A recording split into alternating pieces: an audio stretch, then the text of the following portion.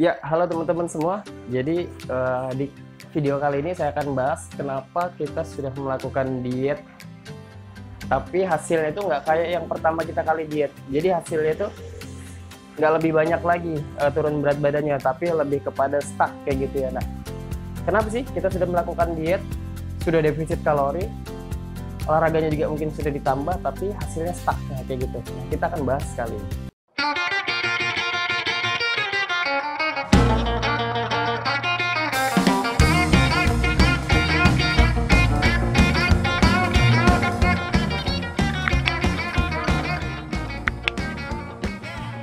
Nah, jadi gini, teman-teman harusnya tidak hanya berpatokan sama berat badan sebenarnya ya. Karena sebenarnya yang kita inginkan tuh mungkin bukan berat badan ideal, tapi bentuk yang ideal, ya. Tapi kenapa? Makanya ada ceritanya kayak gini nih. Teman-teman sudah melakukan pola diet yang menurut teman-teman benar, terus sudah melakukan olahraga yang ekstrim juga kayak gitu, yang sering dan lain sebagainya.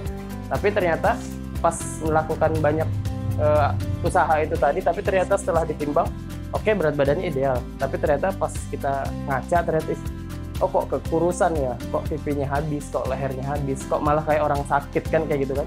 Sudah melakukan upaya tapi malah mengecewakan hasilnya, padahal secara berat badan dia sudah ideal mungkin kayak gitu. Nah, jadi gini, jadi sebenarnya berpatokannya jangan kepada berat badannya aja, tapi lebih kepada komposisi tubuh. Nah, jadi gini, sebenarnya kita tidak usah membicarakan berat badan idealnya ya, tapi kita membicarakan komposisi tubuh ideal. Nah, kita mengejar dulu yang namanya fat ideal. Fat idealnya berapa, terus ototnya berapa, terus misalnya airnya berapa misalnya. Ini adalah beberapa yang paling penting untuk komposisi tubuh kita. Oke, coba kita mulai dari fatnya dulu ya. Jadi gini, fat ideal di badan kita itu kalau secara kesehatan itu mungkin di antara 25 sampai 30 persentase dari 100% berat badan tubuh kita. Nah, berat badan tubuh kita itu kan terbagi dari banyak tuh, dari misalnya otot, tulang, terus dari kulit, dari rambut, pakaian dan sebagainya, air juga. Nah, jadi kalau kita berbicara fat untuk dari segi kesehatan itu mungkin sekitar 25 sampai 30%. Karena fat di dalam tubuh kita itu punya beberapa fungsi yang sangat penting sebenarnya. Jadi enggak mesti kita mau turun berat badan jadi semua fatnya dibuang kayak gitu. Ya, kita memang boleh buang fatnya tapi ada batasnya, sekitar 25 sampai 30% ya. Nah, terus gini, lain lagi urusannya kalau atlet binaraga ya atau atlet body contest. Nah, itu biasanya fatnya mereka itu bisa sampai 10%, bisa sampai 5% juga, atau di bawahnya lagi. Tapi tujuannya berbeda. Tapi kalau untuk demi kesehatan badan kita dan sistem kerja tubuh, dia paling aman itu di range 25 sampai 30% kayak gitu. Nah, kita harus mencapai ini. Ketika tubuh kita sudah mencapai ini, kita perhatikan lagi masa otot kita yang kedua. Masa otot kita ini juga punya presentasi yang khusus dan dia punya fungsi yang sangat banyak. Jadi yang membentuk badan kita ini sebenarnya si otot sebenarnya. Karena ketika otot kita kencang, jadi bentuknya tuh jadi bagus gitu ya, jadi padat, jadi fit kayak gitu. Tapi kalau lemak kan enggak, jadi lemak itu semakin banyak tapi bentuknya dia itu enggak kayak si otot ini. Dia bentuknya lebih gelambir-gelambir gitu ya kan, kayak jelly gitu ya. Nah, jadi kita lebih fokus ke ototnya ini. Nah, kalau kita sudah diet, fat kita sudah mencapai ini, kita perbaikin lagi masa ototnya. Makanya kalau kita amati tuh ada teman-teman yang kayak gini. Jadi teman-teman itu sudah melakukan diet ekstrim tadi kan. Teman-teman itu melakukan diet ekstrim, terus teman-teman juga melakukan olahraga dan sebagainya untuk mencapai berat badan idealnya. Ternyata setelah mencapai berat badan idealnya pas dia timbang, udah ideal nih, sesuai apa yang aku mau selama ini. Tapi ternyata pas lihat kaca, kok kurus ya, kok kayaknya sininya habis ya, terus kok kayaknya lebih kurang bertenaga kayak gitu. Karena apa itu tadi? Jadi teman-teman sudah melakukan diet, sudah benar fatnya hilang, tapi olahraga yang dilakukan selama ini itu jenisnya tidak menaikkan massa otot, tapi lebih kepada kardio atau olahraga buat jantung kayak gitu. Nah, itu otot yang dipakai berbeda. Otot yang dipakai di situ itu tidak bisa membentuk badan kita secara proporsional kayak gitu. Karena dia menggunakan otot yang berwarna merah kan gitu. Nah, otot yang dipakai itu tidak bisa membuat bentuk tubuh, tapi dia hanya membuat kardio atau olahraga buat jantung agar pembuluh darah semakin sehat kayak gitu dan semakin lancar peredaran. Nah, jadi teman-teman perhatikan lagi yang kedua tadi, ototnya. Setelah memangkas fatnya sesuai sama apa yang kita inginkan dalam artian ideal 25-30%, baru kita fokus ke ototnya. Jadi kita lihat timbangan, jebret, terus kita fokus, oh kayaknya memang kurang nih. Jadi yang timbangan ini nggak usah kita hiraukan lagi, kita fokus ke bentuk aja. Oh kayaknya yang ini nih. Walaupun pada akhirnya nanti berat badan kita tidak ideal, atau yang mungkin berat badan idealnya 58 kg misalnya, tapi ternyata dengan memperbaiki massa otot menjadi naik 60 kg. Nah, 60 kg ini secara look dia bakal lebih baik daripada 58 kg kalau massa ototnya bagus. Ya, jadi semakin banyak massa otot itu, biarpun berat badannya 62 kg atau 65, tapi kalau yang 65 ini dominan ke massa otot, berarti dia bentuk badannya bakal bagus banget kayak gitu. Ya teman-teman ya, jadi jangan risau kalau misalnya hasilnya itu ternyata tidak membuat kesesuaian sama apa yang kita mau, tapi coba di cross check lagi ya, kira-kira diet kita itu sudah benar belum, tujuannya kemana, itu kita sudah harus tahu deh. Terus air juga, air itu adalah sesuatu yang paling banyak di badan kita ini, kita harus cek kadar air di badan kita kayak gitu. Jadi kita pakai timbangan secara khusus, kita cek nih apa sih yang mengganggu dari berat badan kita ini, apa sih yang mau kita kurangin dari berat badan kita ini. Kalau ternyata diet kita hanya membuang banyak air, alhasil nanti diet kita itu gampang naik lagi. Ya aku sudah diet loh sebulan ini, tapi ternyata di bulan kedua dan lain sebagainya berat badan naik lagi.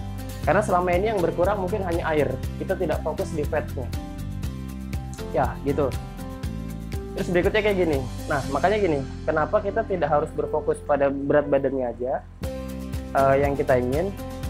Jadi setiap kilogram lemak yang berkurang dalam tubuh kita, kalau itu memang benar-benar fatnya, kalau itu emang benar-benar lemaknya yang berkurang, nah itu adalah lemak yang mengandung penyakit.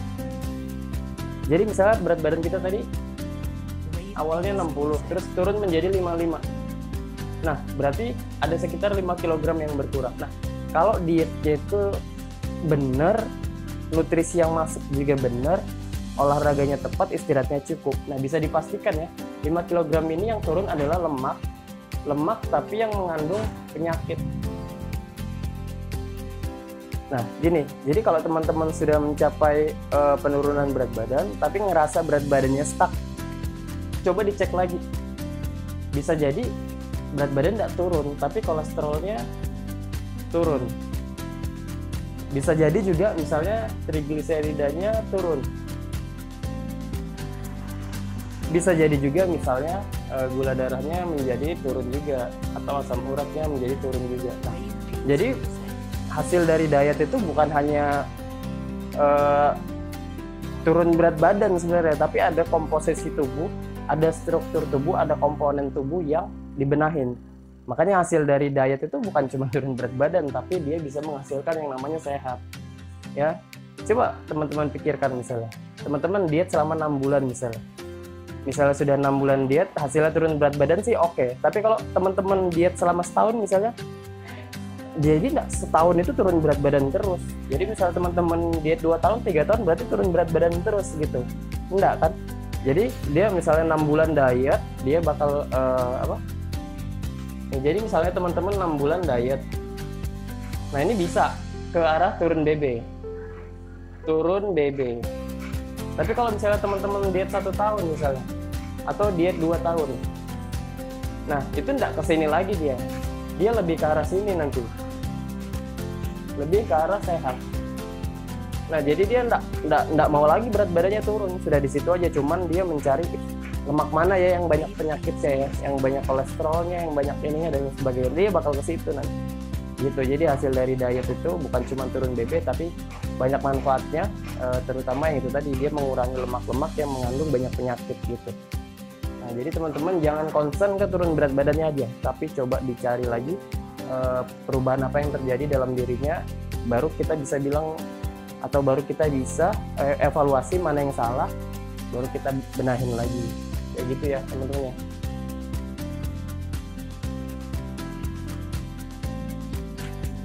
Nah, jadi kita sederhanakan dulu arti dari diet ya. Jadi diet itu adalah saya buat sederhana menjadi strategi perjalanan menuju berat badan ideal dengan fun. Jadi kalau misalnya teman-teman melakukan program diet terus nggak ngerasa fun, nggak ngerasa happy, itu berarti ada yang salah dengan dietnya. Misalnya teman-teman nih melakukan diet terus ngelihat nasi merah misalnya, melihat nasi merah tapi kok nasi merah sih, kok ayam sih, kok sayur sih. Nah berarti kan harusnya ketika kita melakukan program diet yang benar, ketika kita melihat makanan itu kita jadi semakin nafsu, wih nasi merah ini, wih ikan, wih ayam, kayak gitu. Bukan menjalanin diet tapi enaknya gorengan daripada ini, kayak gitu, air putih, misalnya gini enaknya yang itu. Enggak. Jadi ketika teman-teman melakukan diet terus melihat makanan yang memang seharusnya direbus, dikukus dan sebagainya, itu menjadi lebih senang lagi kayak gitu, karena yang kita pikirkan bukannya rasanya tapi kebutuhannya buat badan kita gitu teman-teman ya.